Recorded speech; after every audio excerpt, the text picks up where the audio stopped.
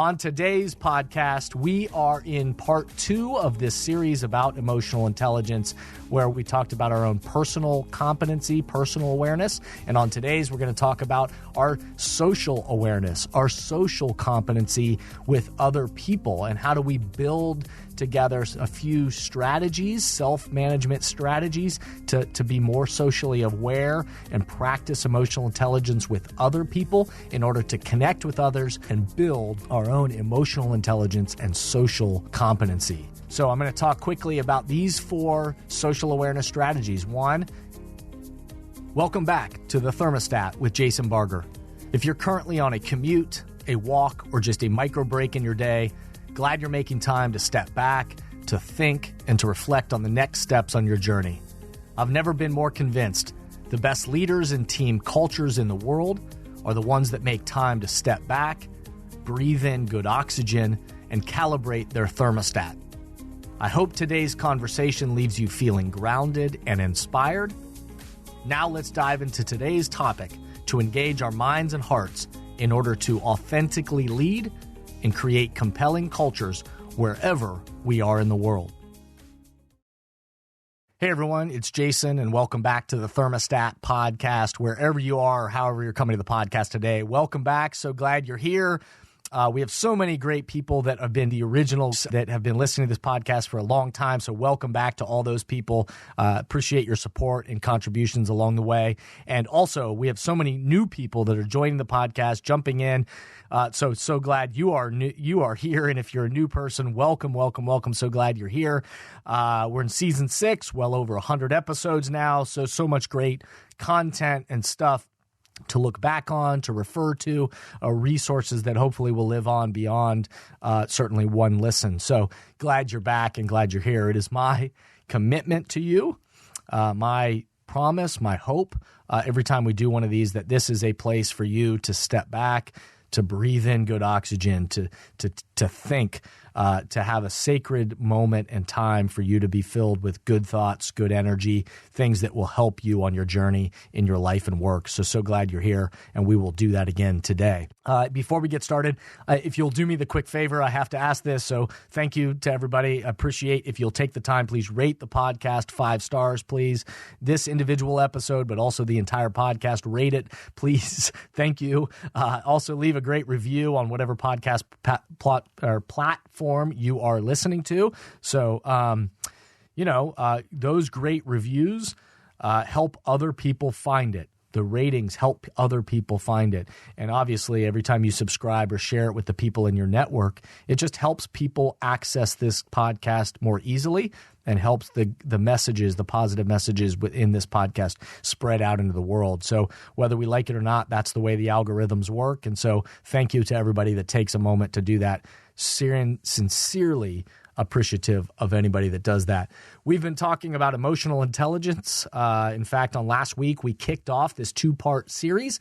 And emotional intelligence is, certainly something that's been widely talked about. It's been celebrated, and it's also been identified as something that's needed right now in the world in the development of leaders and cultures. Certainly, as we talked about the Great Resignation, we did a 4-part series on that, about retaining talent and attracting talent and developing talent. Obviously, building relationships, all of that. Emotional intelligence is critical to our ability or inability to do all those things. And so we know that, with the world that we're working in, living in today, there are obstacles around us, and emotional intelligence is key to helping us navigate our way forward in effective ways together. So on today's podcast, we are in part 2 of this series about emotional intelligence, where we are sharing some tips. Last episode, we talked about our own personal competency, personal awareness. And on today's, we're going to talk about our social awareness, our social competency with other people, and how do we build together a few strategies, self-management strategies to be more socially aware and practice emotional intelligence with other people in order to connect with others and build our own emotional intelligence and social competency. But for now, let's take a quick break, and we'll be right back with today's episode. Many teams and organizations right now are realizing that they need to do both. They need to engage the minds and hearts of their people in person, where everyone in the room can experience the energy of congregating together and find clarity for the road ahead. And they also need to continue to find ways to engage the minds and hearts of their people virtually, with those who are working remotely or at a distance. So, if you are in the process of planning your next team meeting, company all-hands event, conference, or culture summit, and are looking for support with a powerful keynote speech, facilitated team conversations that are the currency for change, or deeper development on leadership mindset and an intentional strategy for the culture you're trying to create, I hope you'll contact us at jasonvbarger.com, jasonvbarger.com. It is my privilege and our honor to partner with great people to provide support in these areas. We want to breathe oxygen into your leaders and throughout your organization so you can set the temperature you want for your culture. We look forward to connecting with you soon.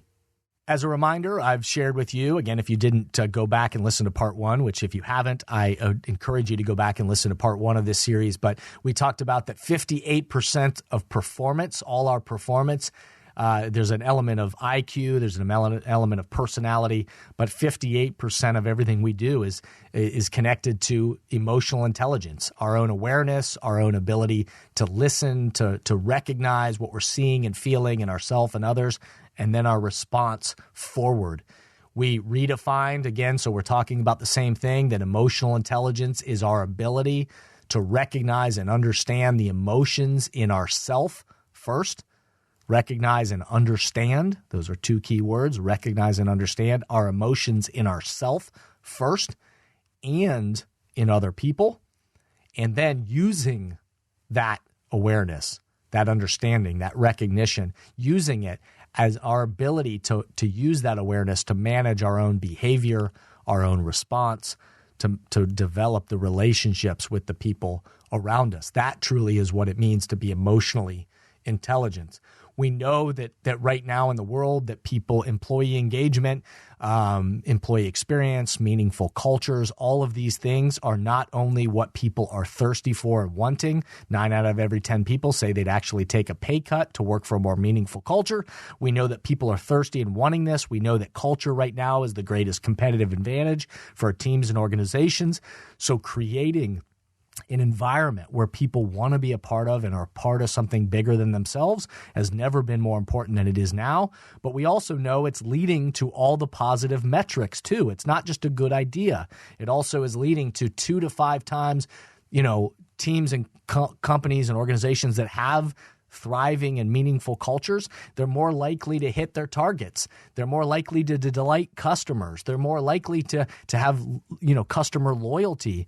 Also retain and attract employees. They're more likely to be celebrated for winning awards for their culture, and so on and so on and so on. So the metrics, higher productivity comes from these kind of things. So there's actually an ROI to all of this stuff that we're talking about. And we know that culture is our greatest competitive advantage. And so we started talking about last episode, about some 4 self-management strategies for our own personal awareness and personal competencies.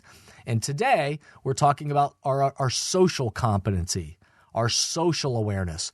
What I see and I feel other people might be experiencing and feeling, social awareness. And then based on what I see and feel others might be experiencing, what it is that I do about it. How do I regulate my behavior, my response? How do I develop the relationship based on my own awareness, not only of myself, but my awareness and ability to recognize the emotion in other people? So just like we did last week, where I gave you 4 self-management strategies to practice your own personal competency around emotional intelligence, today I'm going to give you 4 social awareness strategies for you to practice your own social competency as it relates to emotional intelligence. So I'm going to talk quickly about these 4 social awareness strategies. 1, that names are powerful. Names are powerful. 2, where you look is where you go. And so what do we give our attention to? 3, we're going to talk about taking the temperature in the room and being socially aware. And then 4, we're going to talk about asking clarifying questions and the power that is that. The first thing I'll focus on, though, again, as a social awareness strategy is I'll just point this out that names are powerful. Names are powerful. The ability for someone to remember a name and to call somebody by name is a powerful thing. I can't tell you how many different teams and organizations that I'm with, and the number of times when somebody says to me, I can't believe you remembered my name. And the reality is that, and they always ask, how do you do that? What's your strategy to do that? And whereas I probably have some strategies that I'm not even fully aware of, my quick answer back to them is I try really hard.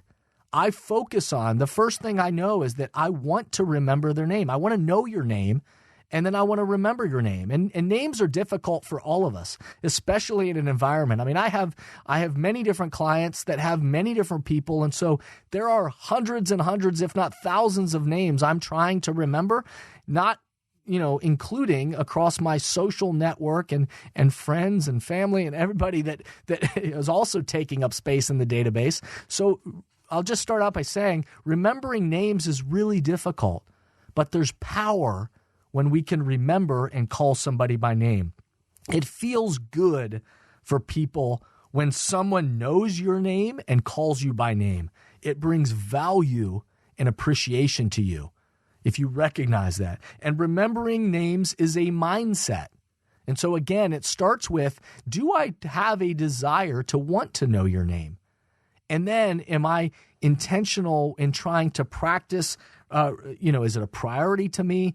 And I want to practice remembering your name. So when I learn your name, do I take a moment to make sure that I'm putting it in my memory and I'm looking at you and I'm making an association with your name.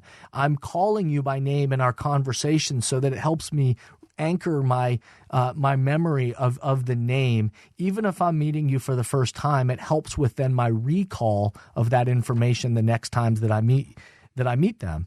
And so a strategy for building our own emotional intelligence, social awareness begins with our commitment. And whether you've thought about it, sometimes we throw out the phrase, oh, well, I'm just not good at names and I suck at remembering names. Well, the reality is that, yeah, some people might be more naturally oriented to be better at remembering names, but oftentimes I think it's kind of a cop-out. We let ourselves off the hook in some ways by just saying I'm not good at names, which means I don't take the time to try to practice or remember names. And the reality is names are powerful. And so prioritizing that with the people around us and trying to remember and associate their name and then calling them by name is power. The second social awareness strategy I'll point out for today is that we need to give our attention to where we want it to be felt.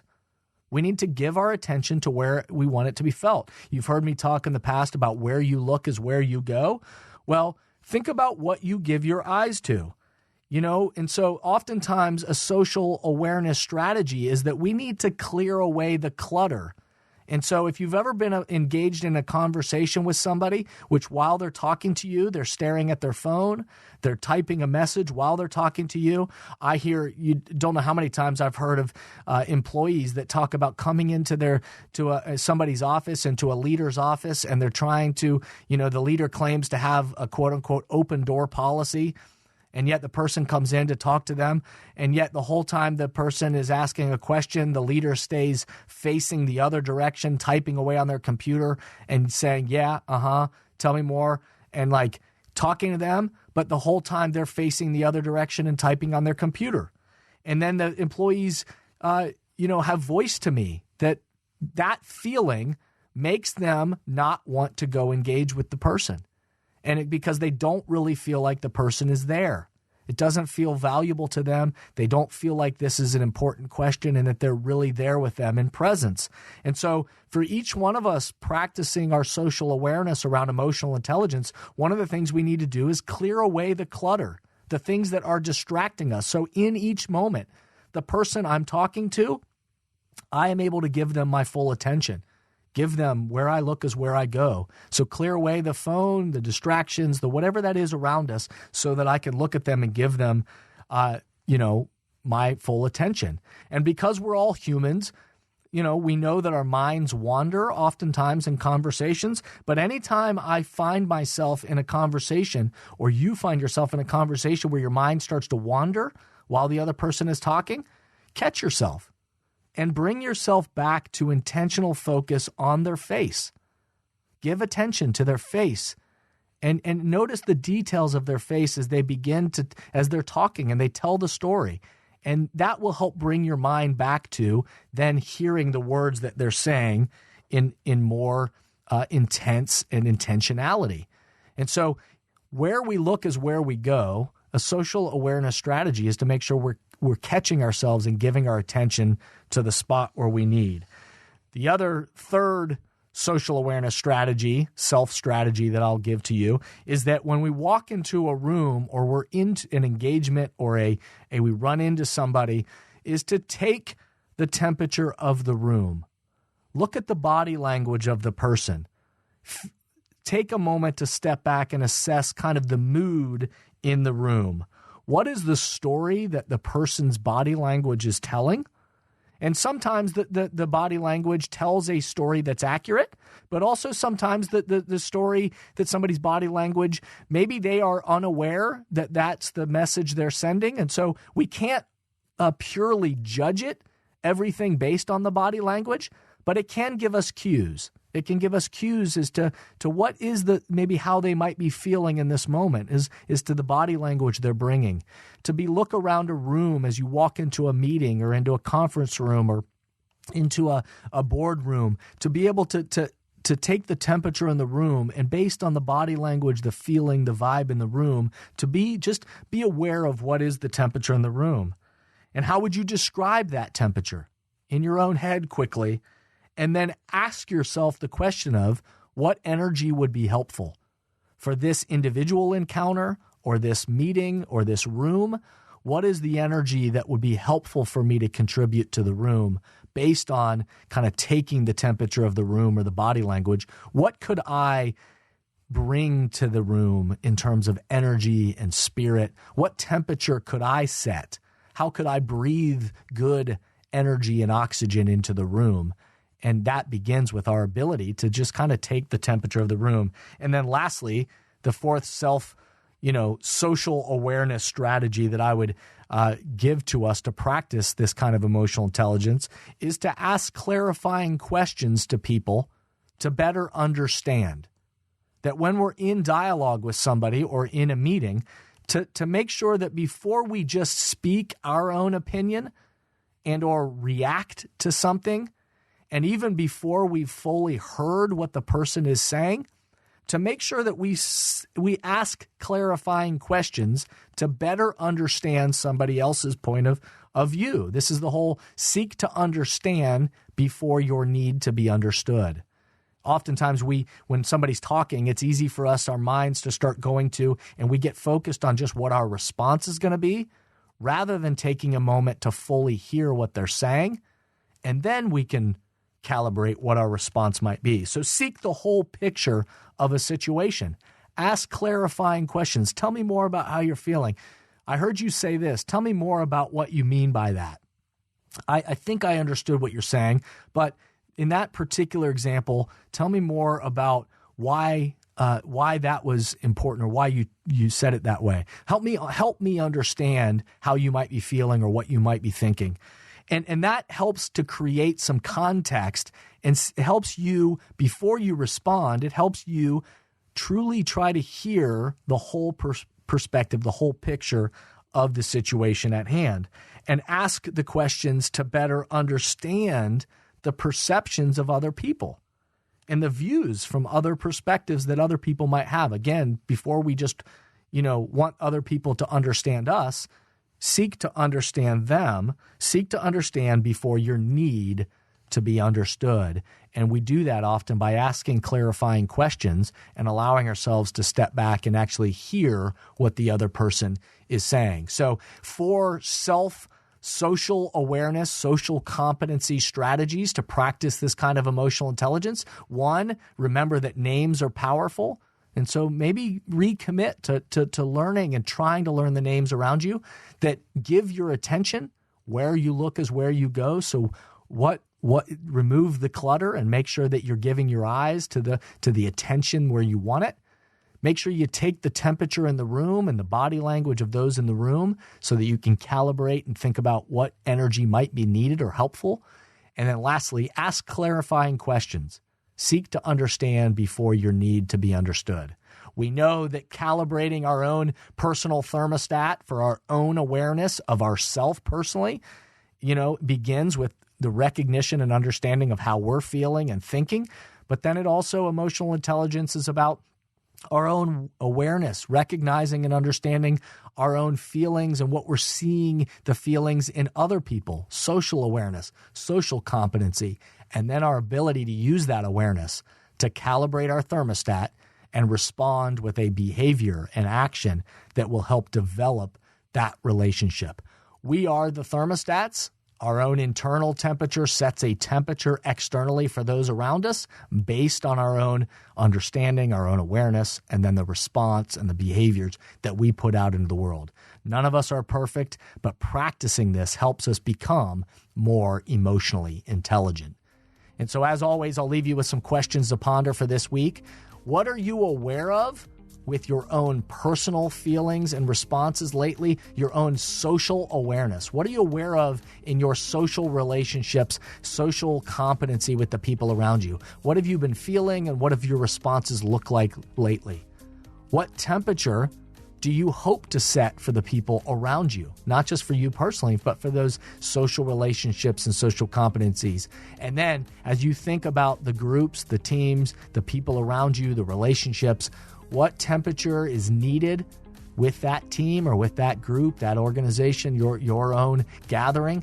What is that response and what is needed? So thank you for everything. I hope this has been helpful for you as we think about emotional intelligence, not only personally and how we practice it personally, but also how we practice it socially with the people around us. I hope you'll keep tuning in. We got some more great episodes coming up soon. The next episode is an interview with pro sports executive and author Paul Epstein. Great conversation, inspiring conversation he and I had about purpose, about mission, about building our own mindset and cultures and all that. So I hope you'll tune in. That's a really, really fun interview. Remember, the best leaders, teams, and cultures on the planet stimulate progress by recalibrating their thermostats and breathing oxygen into the culture together. Thank you for listening to today's podcast, and I hope the messages and questions stimulate positive change along your path. As always, if these messages resonate with you and add value to your life, I hope you'll help amplify them throughout the world. Please rate, comment, and share on whatever podcast or social media platform you're using, and share this podcast with the people in your life or work who should be part of these conversations. That way, this spirit does, in fact, spread. If these messages or developing leaders and culture would be helpful to you and your organization, please contact us at jasonvbarger.com, jasonvbarger.com.